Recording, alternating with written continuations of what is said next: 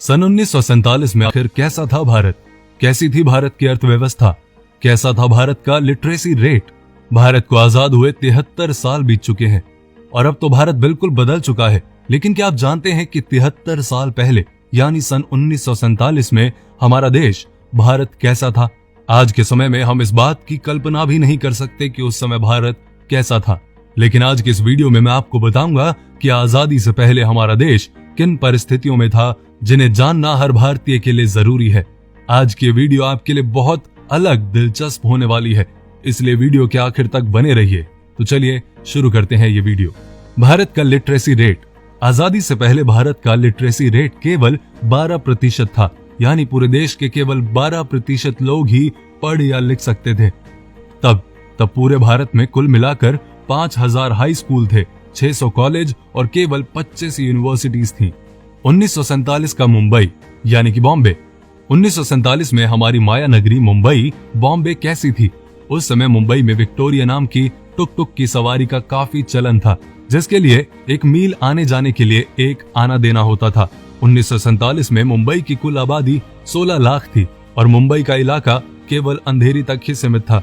अंधेरी के बाहर पड़ने वाला इलाका जोगेश्वरी मुंबई के बाहर का इलाका माना जाता था। उस समय मुंबई में कुल 204 ट्रेनें चलती थीं। 1947 की भारतीय मुद्रा। सन 1947 में भारत की करेंसी रुपया ही थी, लेकिन उस समय इसका रेट अलग था। इसके लिए भी लोगों का अलग अलग मत है। कुछ लोगों का मानना है कि उस समय का 1 रुपया $1 के बराबर था, लेकिन हकीकत में उस समय का $1 का मतलब 3.13 इंडियन रुपए थे और 1 पौंड 13.33 इंडियन रुपए के बराबर था। मतलब 1 रुपया भी इतना ज्यादा होता था कि सारी जरूरतें केवल चिल्लर में भी पूरी हो जाती थी। बंटवारे के वक्त इंडिया के पास नोट छापने वाली 6 मशीनें थीं और पाकिस्तान के पास एक भी नहीं। तब पाकिस्तान ने परमिशन ली कि उन्हें भारत के नोट पर ही पाकिस्तान लिखकर काम चलाने की इजाजत दी जाए और तब पाकिस्तान ऐसा ही करता रहा। 1947 में चीजों की कीमत।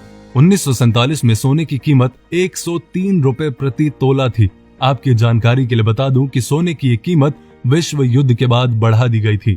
विश्व युद्ध से पहले सोने की कीमत केवल 39 रुपए थी।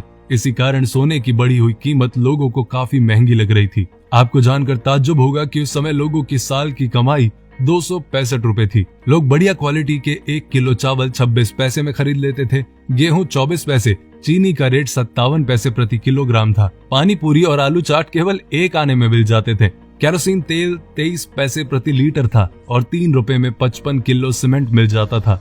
1947 की भारतीय रेलवे। भारत में पहली बार जो ट्रेन चली वो 20 डब्बों वाली ट्रेन थी, जिसके अंदर 3 इंजन लगाए गए थे। ये ट्रेन 16 अप्रैल 1853 के दिन मुंबई के बोरी बंदर से ठाणे के बीच का सफर तय करती थी। ये ट्रेन 33 किलोमीटर का सफर 75 मिनट में तय करती थी। फिर कुछ समय के बाद रेलवे व्यवस्था में धीरे धीरे काफी सुधार किए गए और पूरे भारतवर्ष के लिए रेलवे लाइन बिछाई गई। उस समय जब अंग्रेज भारत से चले गए तब पूरे भारत की रेलवे लाइन 65,185 किलोमीटर लंबी थी, जिसमें पाकिस्तान और बांग्लादेश भी शामिल थे। और तब पूरे देश भर में ट्रेन में सफर करने के लिए पाई से कुछ आना तक का किराया चुकाना पड़ता था। उस समय देश की रेलवे व्यवस्था देसी रजवाड़ों और प्राइवेट कंपनीज के हाथों में थी, लेकिन आजादी के तुरंत बाद इसे भारत सरकार ने अपने हाथों में ले लिया था। 1947 की भारतीय मोटर गाड़ी। सन 1947 की गाड़ियों की बात करें तो उस समय तक भारत में हिंदुस्तान मोटर्स और महिंद्रा एंड महिंद्रा कंपनी की गाड़ियों ने दौड़ना शुरू कर दिया था। आपको जानकर हैरानी होगी कि उस समय पेट्रोल की कीमत मात्र 41 पैसे प्रति लीटर थी। उस समय की बस ओपन डबल डेकर और सिंगल डेकर हुआ करती थी, जिसके लिए मात्र 4 आना किराया देना होता था। आपको बता दूं कि सन 1928 में अमेरिकन कंपनी जनरल मोटर्स ने भारत का रुख किया। इस विदेशी कंपनी के आते ही इसके सिविक ट्रक भारत में खूब चले, लेकिन तब जनरल मोटर्स का सीधा मुकाबला हमारी देसी कंपनी हिंदुस्तान मोटर से होने लगा। इसी कारण आजादी के तुरंत बाद यानी सन 1948 में भारत ने जनरल मोटर्स की छुट्टी कर दी। उस समय तो ये विदेशी कंपनी भारत से चली गई, लेकिन 50 साल के बाद एक बार फिर इसे खुद भारत ने आने का निमंत्रण दिया। दरअसल हिंदुस्तान मोटर्स एक ओपन कार बनाना चाहती थी, जिसके लिए हिंदुस्तान मोटर्स ने जनरल मोटर्स के साथ हाथ मिलाया और दोनों ने मिलकर वडोदरा के पास एक फैक्ट्री खोल ली। 1947 का भारतीय विमान।